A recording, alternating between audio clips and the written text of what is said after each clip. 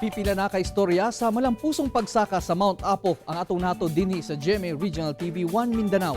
Apan sa pagsaulog sa Father's Day karong Domingo, atong sayron ang istorya sa usa ka anak nga mipadayon sa pangandoy sa mipanaw niyang amahan. Ang detalye sa report ni Margie Montejo Dacanay. First-time hiker ang 23 anyos nga si Liege Francis Montejo. Og swerte siya kay ang pinakataas nga bukid sa Pilipinas may una niyang nasaka. Apan luyo sa adventure nga dala sa pagsaka, mas bugat nga rason ang baon ni Liege. Kini mao ang natanggo nga pangandoy sa iyang mipanaw nga amahan. O paggawas na ako sa picture sa kumpag kay medyo nakahilak ko gamay. Then katong mga kauban po nako nangahilak. Nya nagsabay-sabay na naghilak dito sa peak. Usa ka adlaw human ang Pasko ni adtong tuig 2020, mipanaw ang iyang amahan tungod sa sakit.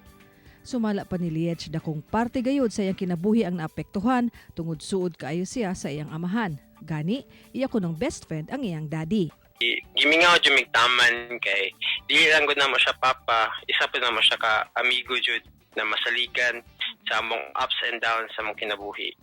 Alang kay Liege gaan sa paminaw nga natuman niya ang pangandoy sa mipanaw nga amahan. Wala man sila nagkauban sa pagsaka sa Mount Apo, apan bitbit niya ang gugma sa usa ka amahang walay laing ginahuna kundili ang kaayuhan sa iyang mga anak.